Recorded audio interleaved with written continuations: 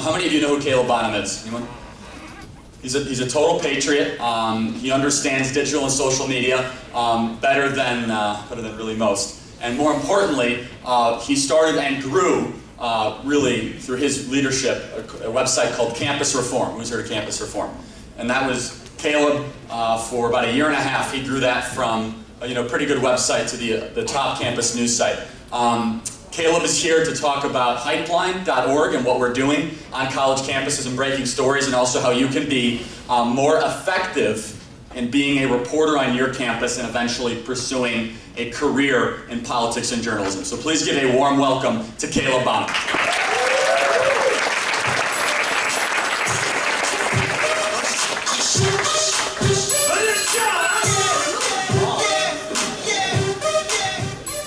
Nice, what's going on? That was a Little John. I haven't heard that song in a long time. What's up? All right, so 250 young college students, all in the room together. I mean, how many of you guys are college students? Most of you guys are college students. All right, high school as well. Here, we're cool.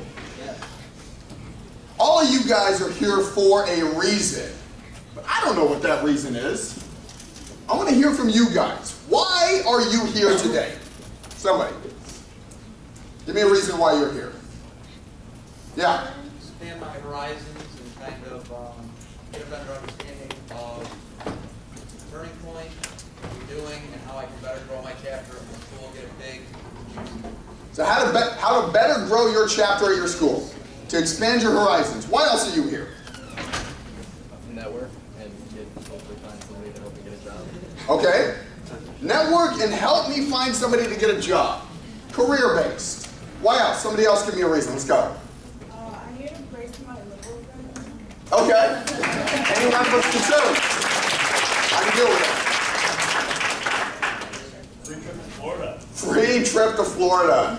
Nobody's going to argue with that. Yeah, in the back. Help save America. Help save America. What did Walsh say a couple days ago? You guys are the defenders of freedom. I like that. You guys are the troops on the ground. I agree with that. I, many years ago, was in the very same position you guys are in. I was going to conferences, but I didn't know why I was going to conferences. I figured it would sort of just play itself out, and it did. When I started off, I don't know how many of you guys know what I do or that sort of thing. I currently operate a political consulting firm, a business consulting firm all across the country. We have clients all across the country. We were able to launch this consulting firm rather quickly because of the success that I found sitting in the very chairs you guys are sitting in today. And I hope that a little bit of what I can say can inspire you guys for a big development in what Turning Point is doing in the future.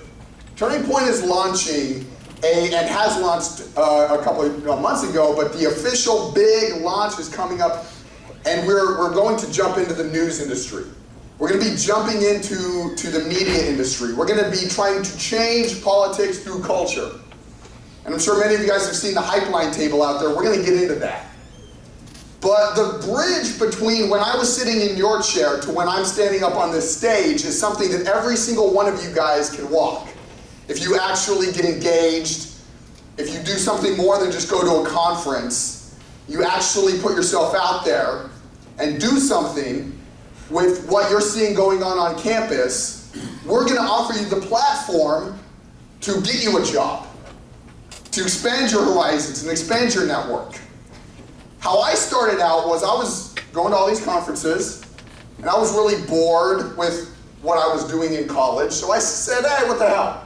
I'm going to start stand-up comedy. I'm going to start doing some jokes. I'm going to go down, I'm going to start telling jokes, I'm going to see just what happens just because I'd never spoken in public before. I didn't really know what I was doing. So I started doing that, had a lot of fun. Opened for some of the biggest comedians in the country. And it was one day that I just sort of was walking around downtown that somebody came up to me. They said, hey, you're Caleb Bonham. I've seen you on stage. You're kind of funny. Kind of funny. Wasn't a raging endorsement. But she said, I have some money for you if you're interested in starting a show. She asked me for content. She provided me an opportunity to give her something, and she would leverage my content on her platform to make a difference, to get me a job and get a little extra income. And I said, what the hell? I'm gonna do it. So I started making videos. And these videos ranged all across the spectrum. We're gonna play one real quick that you guys can sort of see the content that she asked for me to develop, and I'll tell you a little bit about the impact that it had. I'm gonna play it. Earlier today, comedian Jim Carrey dedicated a pro-gun control song to the, and I quote, heartless mother unwilling to bend for the safety of our kids. Jim followed up with deep questions, pondering, do we possess guns, or do guns possess us? But it made me wonder, does Jim's life imitate his art?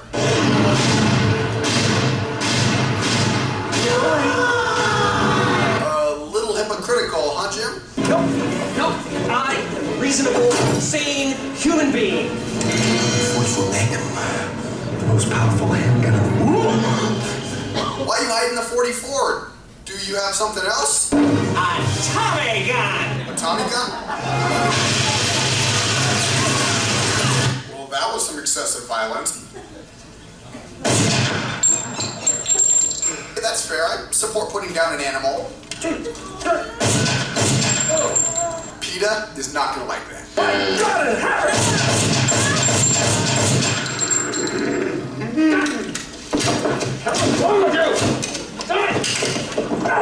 If you had a high-capacity magazine, you wouldn't have had to wrestle a cow.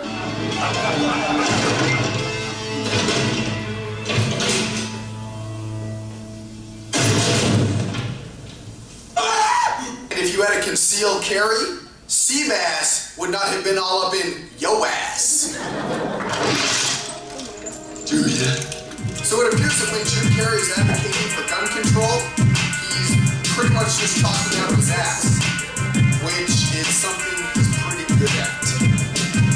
Excuse me. I'd like to ask you a few questions. So that video, when I released that video, I woke up the next morning and it was on the Drudge Report. It was on pretty much every national news station.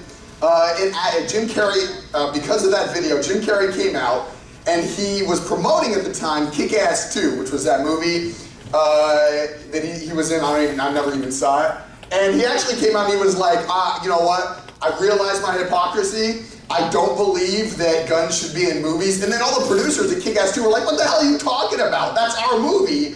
You're now telling people to not go see. So then he had to issue another apology about that. It was a complete mess that Jim Carrey got himself in because he started advocating for gun control without thinking through all the money he has made using guns and violence in his own movies. And it was just a simple example of the power of what you can do just providing good content, creating content, being creative, trying to blend culture and politics in a unique way. So after I did a stint there, I did a lot of undercover journalism. When the opportunity presented itself, I took advantage. I was asked on several occasions to go out and sneak myself into specific events and film secretly and release the footage, some of it which I can't talk about, some of it which you guys are probably fully aware of. And it made a national impact. It actually started to change the way politics was handled. And it was all because when asked to go do something, I did it. I went out and actually put the work in. Abandoned the weekends with my friends. Went on random crazy trips. Worked ridiculous hours. It was because I looked for opportunities to make a career for myself in what I really wanted to do. For me, that was media. And it benefited my career path. I then was asked, I'm sure many of you guys are aware of Campus Reform. So I was the editor-in-chief of Campus Reform for 2 years. And we really brought change to college campuses all across the country. It's the #1 website in the country for conservative college news, for college news in general. And we revealed all the ridiculous liberal bullcrap that you're having to put up with on campus.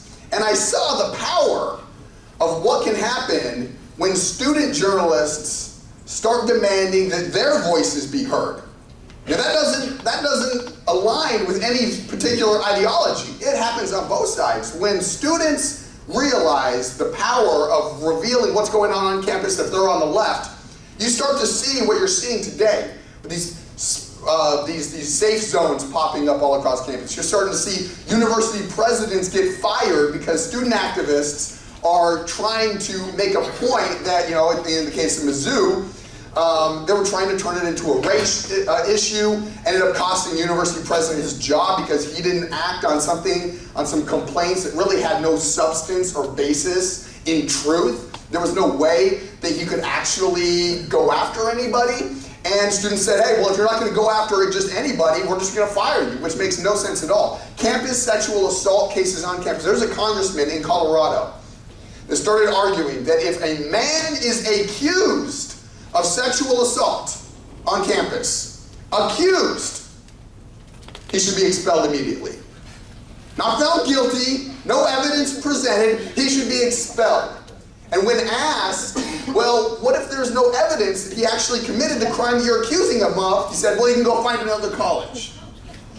That's what you guys are facing on some of these campuses. And that obviously applies to men, but we're losing our damn minds on campus. And you are the ones who need to start bringing sanity back. And that's why we're launching Hypeline.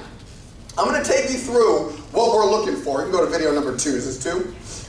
So we're going to play this video in just a moment.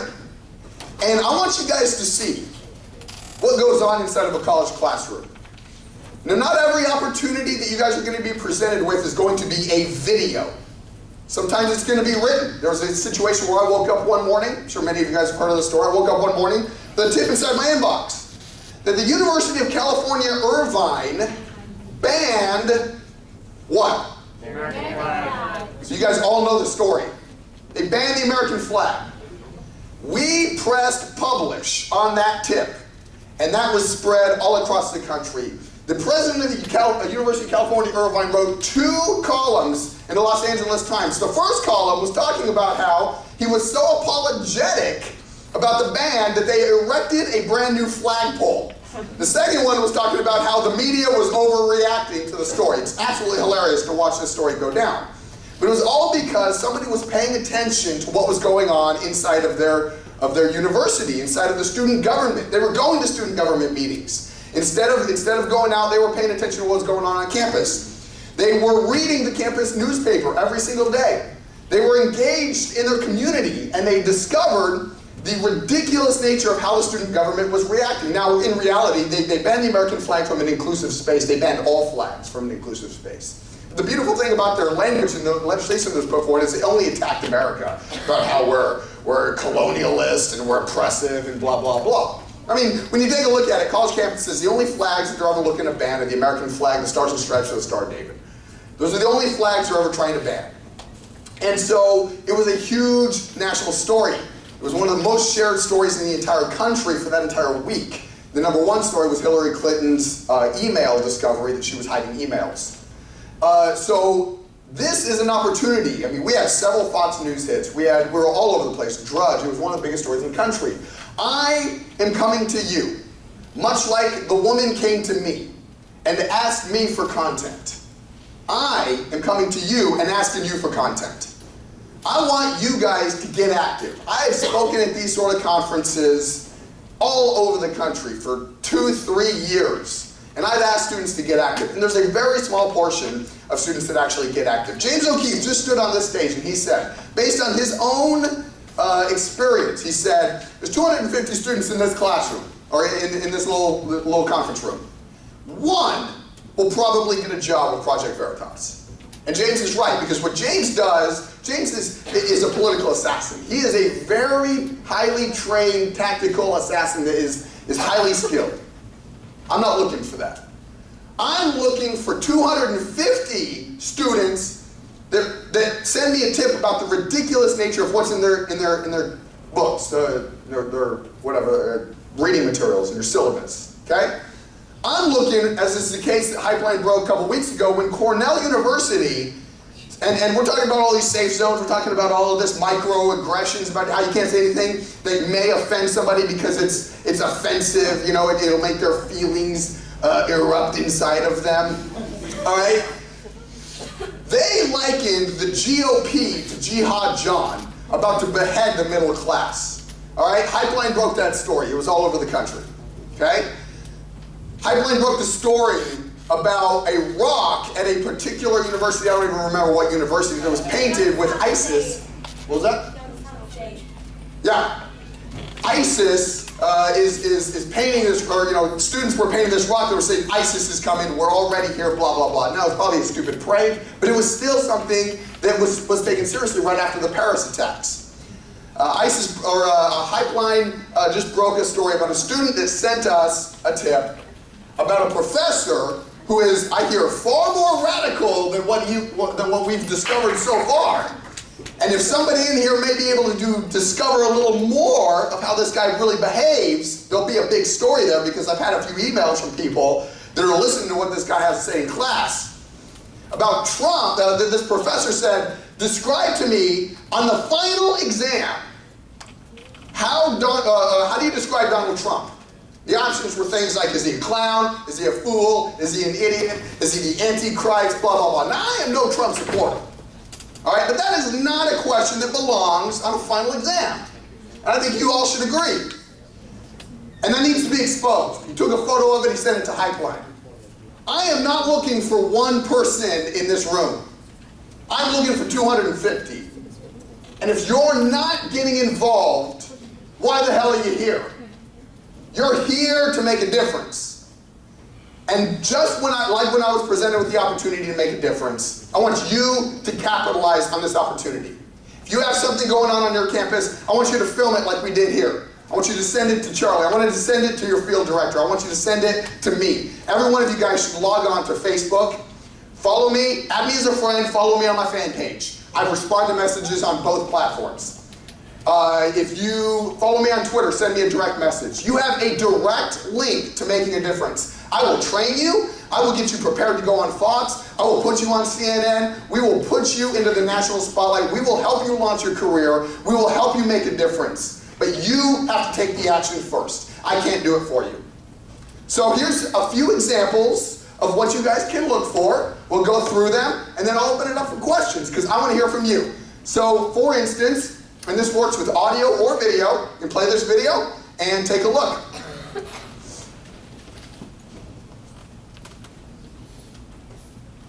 If you go to a Republican business in Florida, you see all those old people, all the skin cells washing off them.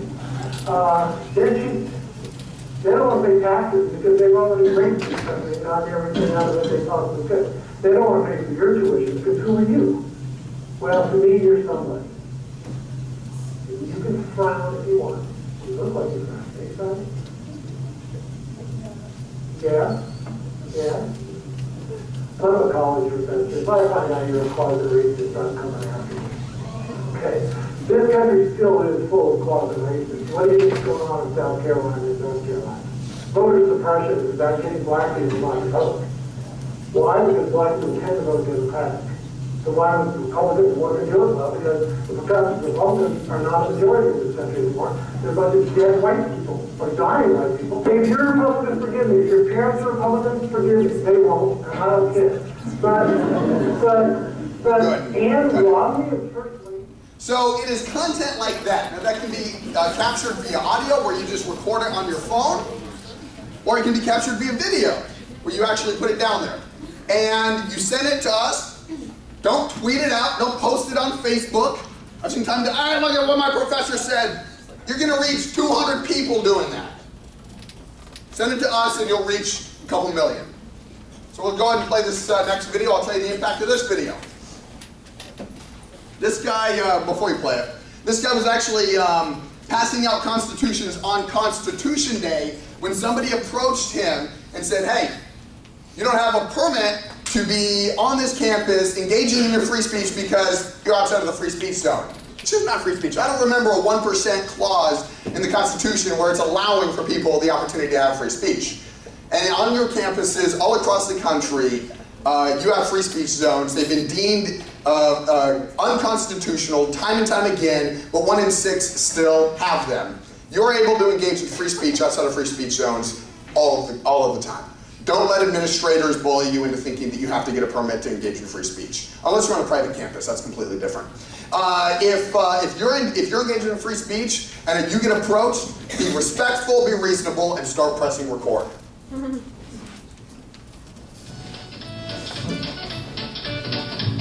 Now you're just being trashed out. It's gonna be. You know what this is? Hey, I'm not here to fight.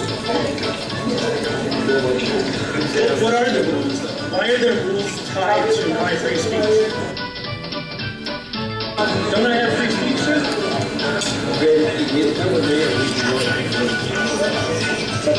All right, let's go inside and find out.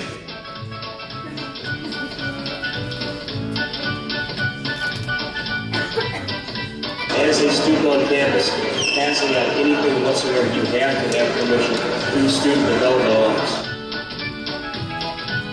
I'm telling you that there is a process that you have to go through. Why is there a process on my free speech?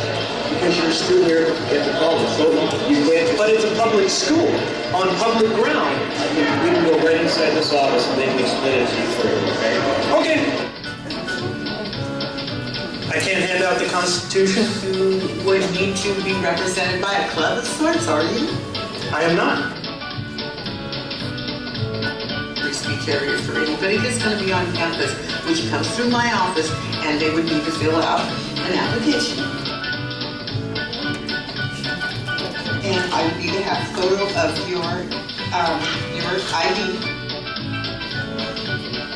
You can read these guidelines and procedures.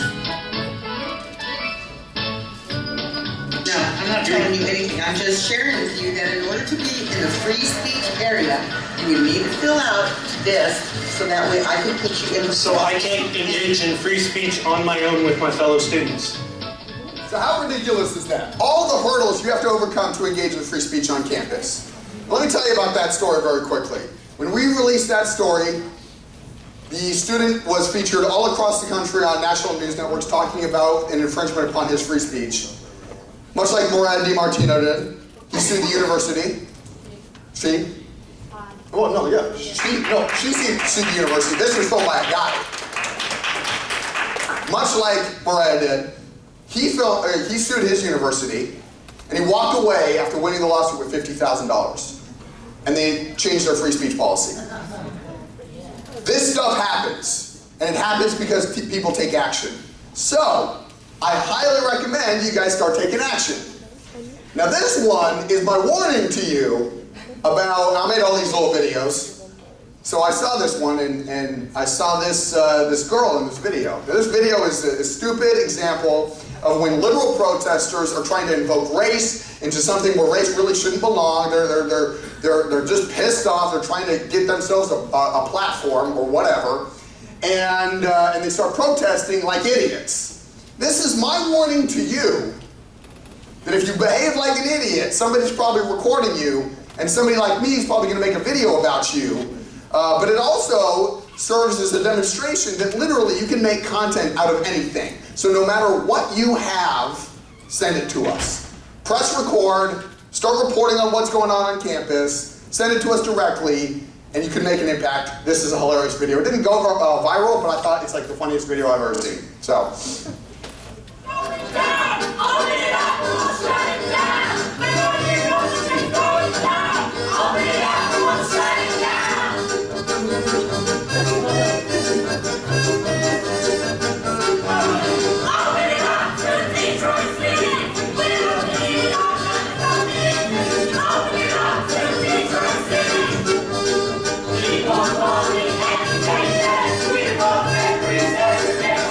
We want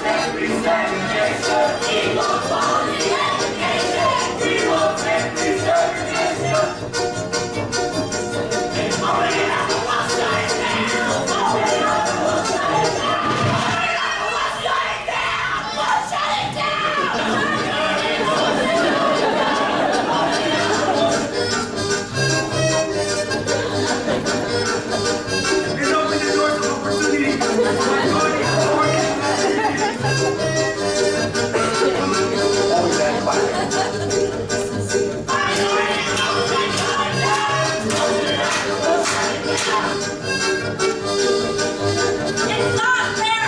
We cannot continue to receive a quality education. It's disgusting.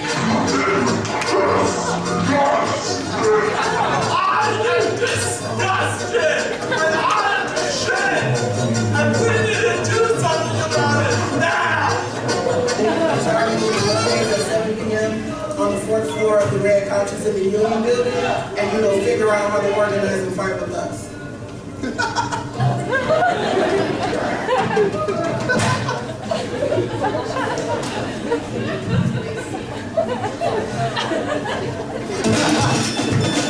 All right, so your job moving forward is to go to your campus. Start reading stories. It doesn't have to be audio, it doesn't have to be video. It can be anything that is going on your campus.